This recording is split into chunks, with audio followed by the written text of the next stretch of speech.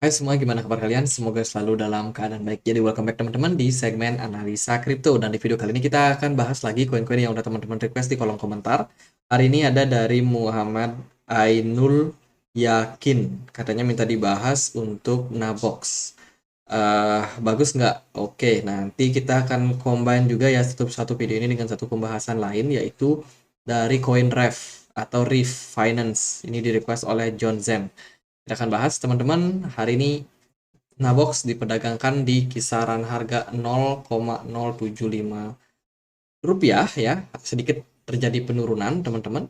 Nabox ini berada di peringkat 1400 di CMC. Ini adalah sebuah token dengan tujuan untuk memudahkan kita dalam hal melakukan transaksi cross chain.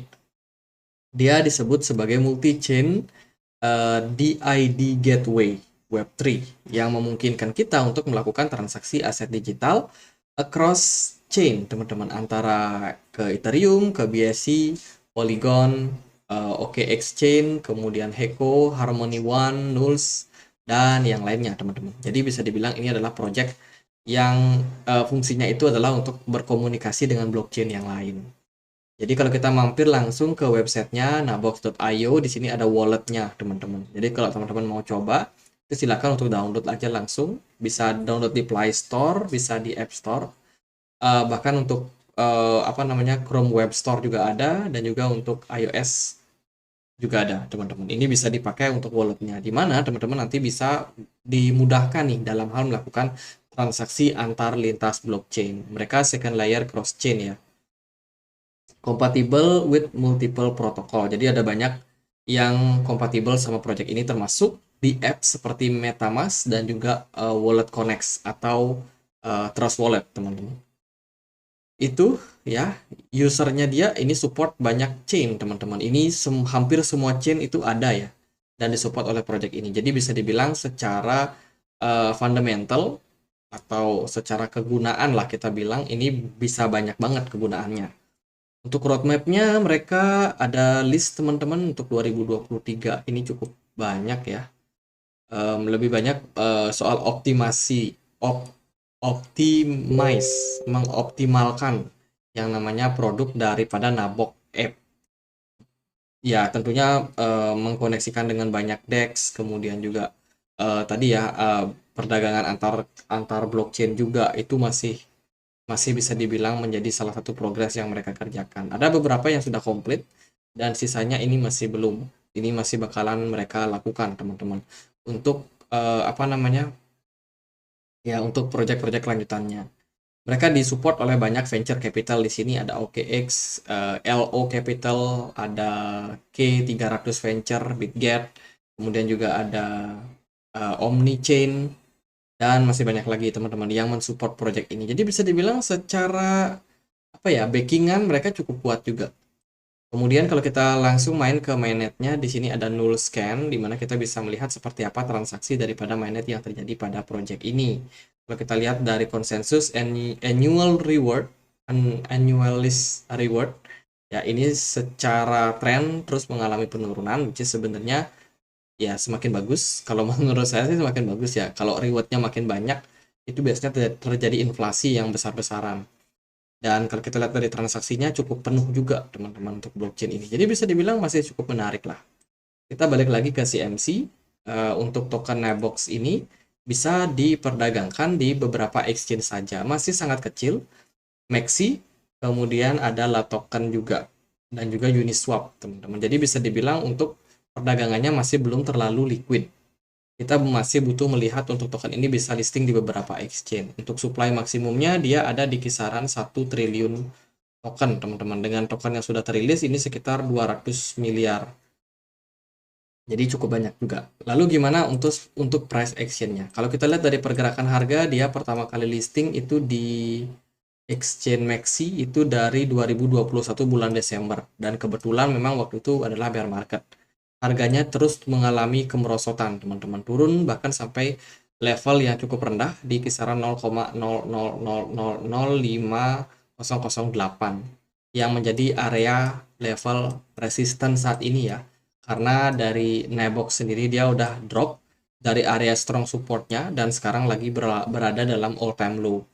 Secara keseluruhan untuk pergerakan Nebox ini sangat-sangat bearish kalau menurut saya. Dari pergerakan Bitcoin, kalau kita mau compare, Bitcoin ini masih dalam posisi yang sangat strong bullish ketika bulan Januari 2023 ini. Progres pergerakan Bitcoin sangat-sangat bagus, disertai dengan BTC dominance yang terus menguat. Beberapa altcoin pun juga mengikuti pergerakan Bitcoin meskipun tidak seimpulsif dari pergerakan Bitcoin. Tapi dari Nebox sendiri menurut saya pergerakannya agak lesu. Sejak awal Januari dia dapat momentum untuk bullish. Cuman waktu ada FUD daripada SEC terhadap Coinbase dan juga Binance, memang beberapa altcoin itu terdampak sangat signifikan. Harga dari Nebox terus mengalami kemerosotan. Nah, sekarang itu sih yang menjadi concern buat kita adalah jangka pendeknya Nebox masih punya level resistance yang harus dia mampu tembus, yaitu di kisaran 0,0-nya 5 kali 500 sekian, teman-teman. Itu adalah level resistance pertama. Kalau dia berhasil untuk menembus level ini, maka ketika dia berada di atas level ini, maka pergerakannya akan cenderung lebih baik. Kenapa? Karena ya ini merupakan level resistance yang sebelumnya menjadi benteng penahan untuk Nebox untuk turun. Tapi ternyata sayang sekali marketnya justru bearish ya. Jadi itu teman-teman. Kalau abangnya nanya masih bagus nggak untuk di hold atau bagus nggak? Kalau menurut saya secara fundamental ya ini masih perlu untuk kita lihat seperti apa roadmapnya. Karena kan ini project udah berlangsung cukup lama ya teman-teman, dari 2021 mereka udah listing. Tentunya buat sekarang sih kita perlu melihat mereview juga seperti apa kondisi daripada Nebox. Sementara kalau dari sosial media mereka masih cukup aktif ya, ada beberapa update yang mereka lakukan, ada masalah isu juga mereka udah fix kan atau mereka selesaikan, dan beberapa project ini ada cukup bagus yaitu swap untuk USDT yang fee-nya zero teman-teman. Tapi kalau dari segi Twitter menurut saya agak kurang ramai juga ya. Yang view cukup banyak tapi nggak terlalu banyak dapat engagement lah. Itu sih kalau secara fundamental melihat dia disupport oleh banyak venture capital itu menurut saya bagus dengan kegunaannya sangat banyak juga. Tapi kalau secara price action agaknya menurut saya agak bearish sih teman-teman. Jadi itu beberapa target tadi yang kita sudah bahas. Sekarang kita akan bahas yang RIF ya teman-teman. RIF atau REF itu diperdagangkan di kisaran Rp26 hari ini. Marketnya cenderung agak lesu. RIF berada di peringkat 400 di CMC, 408 di CMC. Ini adalah sebuah koin dengan project yang cukup banyak juga teman-teman. Kalau kita lihat dari informasinya di bawah, dia adalah blockchain layer pertama dengan tujuan DeFi, NFT, dan juga gaming. Bahkan belakangan mereka merambat ke dunia metaverse juga.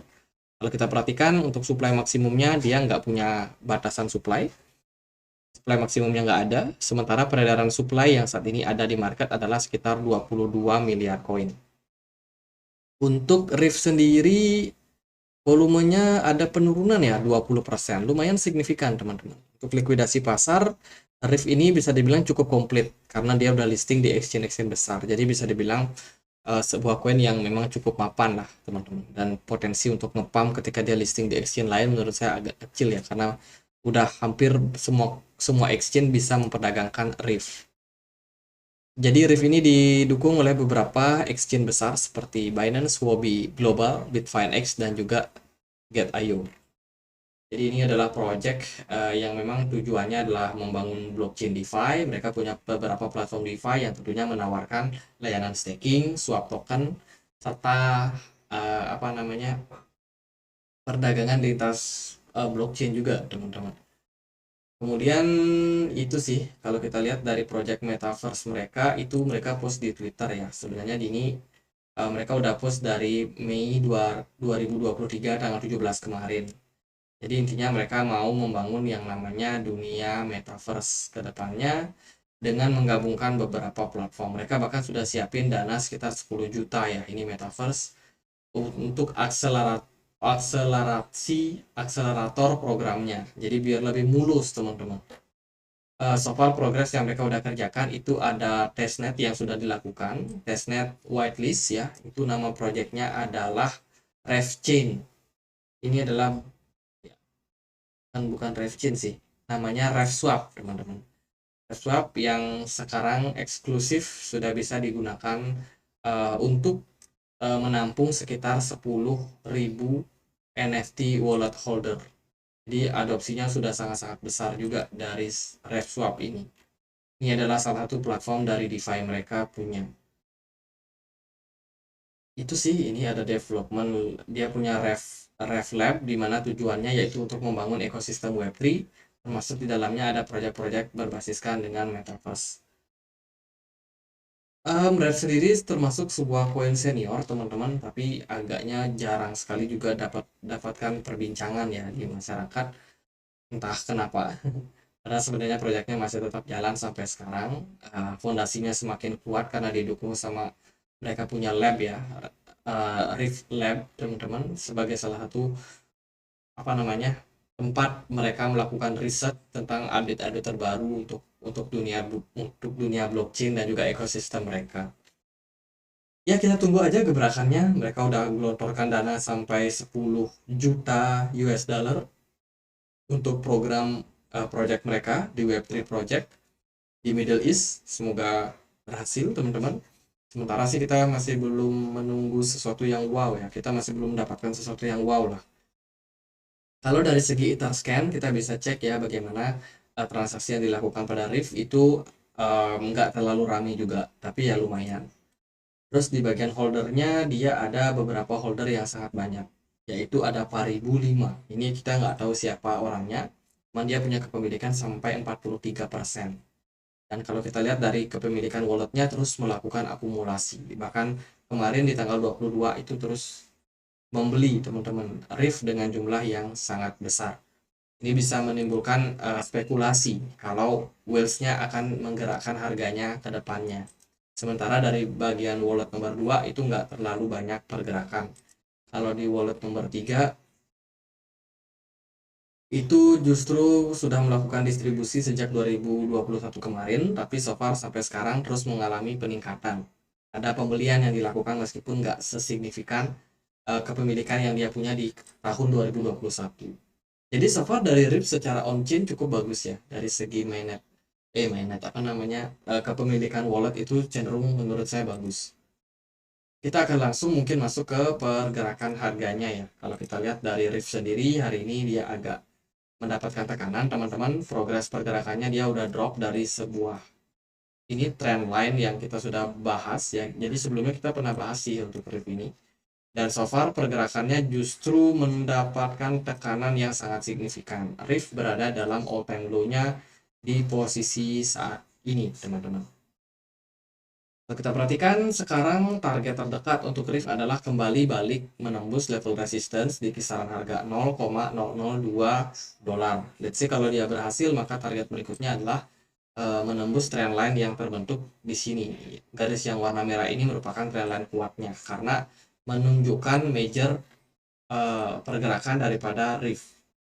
Kalau kita hubungkan garis ini dari sini ke sini, maka kita menemukan ya bahwa RIF ini sebenarnya udah reject di kisaran harga 0,0012. Bagaimana kemudian harganya malah balik ngepam dengan posisi MACD yang menurut saya cukup bagus. Volume perdagangannya nggak terlalu gimana-gimana, tapi ya lumayan berisi. Cuman dari smart money-nya masih cenderung kecil. Oke, untuk target berikutnya itu tadi level di sini teman-teman, kisaran 0,00215. Ini merupakan level yang sangat-sangat kuat dan penting untuk ditembus.